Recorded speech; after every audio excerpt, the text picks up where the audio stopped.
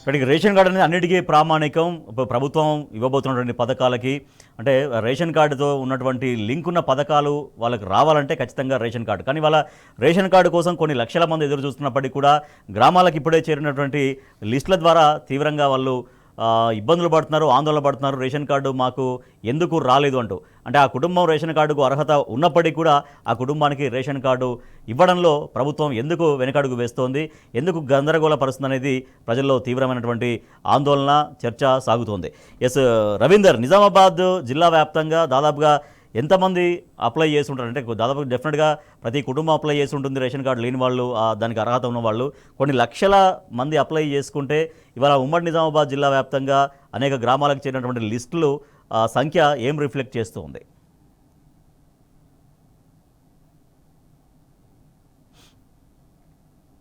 First of all ప్రభుత్వం మానవతా దృక్పథంతో వ్యవహరించాల్సిన అంశం సగటు మానవుని ఆదుకునాలనే దృఢ సంకల్పం ప్రభుత్వానికి ఉండాల్సిన అవసరం ఉంటుంది. రేషన్ కార్డు ప్రతి పౌరుడికి ఒక క్రైటీరియాగా ప్రభుత్వం దానికి అనుసంధానం చేసినటువంటి అనేక పథకాలను రేషన్ కార్డు ప్రామాణికంగా తీసుకుంటుంది. ఈ వ్యవహారంలో ప్రభుత్వం దయార్థ హృదయంతో, మానవత్వంతో, పెద్ద మనసుతో స్పందించాల్సిన అవసరం ఉంటుంది. కానీ కాంగ్రెస్ ప్రభుత్వం వ్యవహరించిన తీరు పట్ల సర్వత్రా విమర్శలు వ్యక్తమవుతున్నాయి. మనిషిని ఆదుకోవడం అటునిస్తే దీన్ని రాజకీయ కోణంలో చూసి సగటు మానవునికి పాతాళంలోకి నెట్టే ప్రయత్నం స్పష్టంగా కనబడుతుంది. బిలో పావర్టీ లైన్కు ఇక్కడ Antyodaya card, ration card, white ration card, గతంలో పింక్ రేషన్ కార్డు ఉండే అది వైట్ రేషన్ కార్డు మార్చింది. బిలో పావర్టీ లైన్కు ఉన్నటువంటి దానికి మానవతా దృక్పథంతో వాళ్ళకు నిరాశ్రులైన కాబట్టి ప్రభుత్వం ఆశ్రయం కల్పించి వివిధ పథకాలకు అది బేరీజ్ అవుతుంది కాబట్టి దాన్ని క్రైటీరియా తీసుకుంది.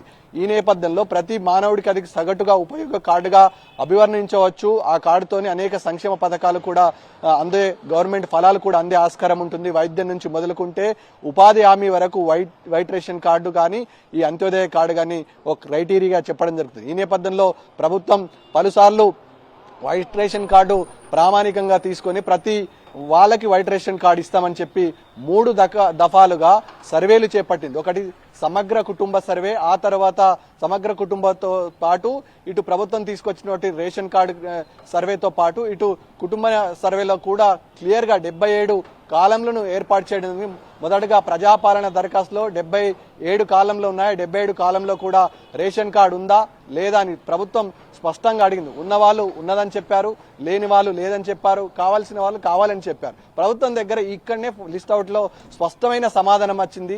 ఉన్న వాళ్ళు ఎంతమంది, లేని వాళ్ళు ఎంతమంది అనే విషయం క్లారిటీ వచ్చింది. ఇకపోతే మళ్ళీ ఆన్లైన్ ద్వారా నిరంతర ప్రక్రియ కాబట్టి దాదాపు 11 లక్షల పైచిలుకు మంది జనాలు నూతనంగా రేషన్ కార్డు అవసరం ఉన్న వాళ్ళు, కొత్తగా పెళ్లైన వాళ్ళు, వివిధ రూపంలో మళ్ళీ వాళ్ళు అర్హులైన వారు మీ సేవలో దరఖాస్తు చేసుకున్న వాళ్ళ దగ్గర ఒక లిస్టు దాదాపు వాళ్ళు రాష్ట్ర వ్యాప్తంగా ఒక 11 లక్షలుగా సింబాలిక్ గా ఉంటుంది. దానికి నేపథ్యంలో మొన్న చేపట్టినటువంటి సమగ్ర కుటుంబ సర్వేలో కూడా వైట్ రేషన్ కార్డు ఉందా మీకు లేదనే విషయం ప్రభుత్వం అడిగింది. దాంట్లో కూడా క్లియర్ క్లస్టర్ గా చెప్పింది. ఎవరు అర్హులు ఎవరు అనర్హులు అనే విషయం కూడా ప్రభుత్వం దగ్గర టంచంగా ఒక సమాచారం అవుతుంది. కానీ మళ్ళీ వాళ్ళ ప్రభుత్వానికి పూర్తి స్థాయిలో సమాచారం ఇచ్చిన తర్వాత ఇవాళ లిస్ట్ అవుట్ చేసినటువంటి గ్రామ పంచాయతీలు, మున్సిపాలిటీలు, వివిధ ప్రాంతాల్లో ప్రభుత్వానికి సంబంధించిన కూడలిలో లిస్ట్ అవుట్ చేసినట్ల ఒక గ్రామంలో 200 మంది అర్హులై ఉంటే దాంట్లో దాదాపుగా 12 నుంచి 13 మంది మాత్రం వచ్చింది. ఒక బోధన్ మండలం మినార్పల్లి గ్రామంలో 200 మంది పైచిలుకు కలిగిన అర్హులు, వీళ్ళు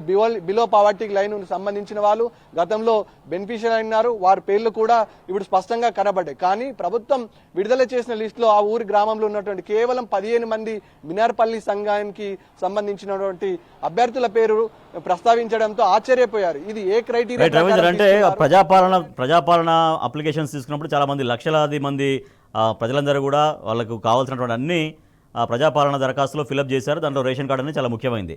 తర్వాత దాన్ని క్రైటీరియా కాకుండా కులగణనను క్రైటీరియా తీసుకోవడం వల్ల ఇవాళ చాలామంది ప్రజలు ఎఫెక్ట్ అయిపోయారు.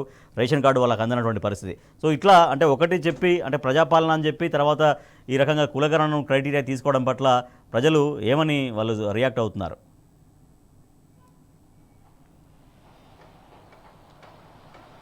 రాజేష్, మొదటగా ప్రభుత్వం కులగణన ప్రవేశపెట్టినప్పుడు ఒక క్లారిటీ ఇచ్చింది. మీకు ఇష్టమైన కాలంనే ఫుల్ఫిల్ చేయండి, ఇష్టం లేని వదిలేయండి అని చెప్పింది. అవసరం ఉన్న మాత్రమే కులగణనలో పాల్గొనండి, అవసరం లేదనుకున్న పాల్గొనండి అన్న. దాదాపుగా రేవంత్ రెడ్డి సర్కారు ప్రభుత్వం నుంచి వచ్చిన ఆదేశాల మేరకే 75% మంది కులగణనలో పాల్గొనలేరని చెప్పడం అందుకు నిదర్శనం. కులగణన సర్వేలో పూర్తి స్థాయిలో అధికారులు కానీ ఉద్యోగులు కానీ దానికి సంబంధించిన ఇష్టం లేని సమాచారము, బ్యాంక్ సంబంధించిన డీటెయిల్స్, ఆధార్ కార్డు నంబరు, ఇతర పూర్తి స్థాయి సమాచారం కులగణనలో ఎవరు కూడా ఎక్కువ మొత్తంలో పాల్గొనడానికి ఇష్టపడలేదు. అంటే ఆ కులగణన సర్వేలో చేసుకోవడానికి ఇష్టపడలే. దాదాపు 42 రోజుల పాటు జరిగిన కులగణన సర్వేలో ఎవరు కూడా తమ పూర్తి స్థాయి సమాచారం అందలే. ఒకవేళ ఆ విషయాన్నే క్రైటీరియా తీసుకుంటే, ఆ విషయాన్ని స్పష్టత కావాలనుకో కులగణనలో పాల్గొనలేని పరిస్థితి ఏంది, ఆ తర్వాత వచ్చినటువంటి సమాచారం కులగణన తర్వాత పెళ్లిలైన వారి పరిస్థితి ఏంది, ఒకవేళ ఈ కుటుంబాలు విడిపోయిన ఉన్నాయి వారి పరిస్థితి ఏంది అనే అంశం పైన, దాంతో పాటు దాదాపుగా 2014లో బీఆర్ఎస్ పార్టీ ప్రవేశపెట్టినటువంటి ఆ ముసాయిదా ఏదైతే ఉందో అక్కడ దానికి సంబంధించిన గైడ్ లైన్స్ ఏందో ఆ గైడ్ లైన్స్ నే మళ్ళీ పునరావృతం పెరిగింది. అంటే మానవుడు సగటు ఆదాయం పెరిగింది, ఆ రోజులున్న పరిస్థితి వేరు, ప్రస్తుతం ఉన్న పరిస్థితులు వేరు, మానవుడి జీవిత ప్రమాణ స్థాయి పెరిగింది, ఖర్చులు పెరిగాయి, అవసరాలు పెరిగాయి. దీంతో దాన్ని పెంచితే బాగుండేని అభిప్రాయం కూడా ఉంది.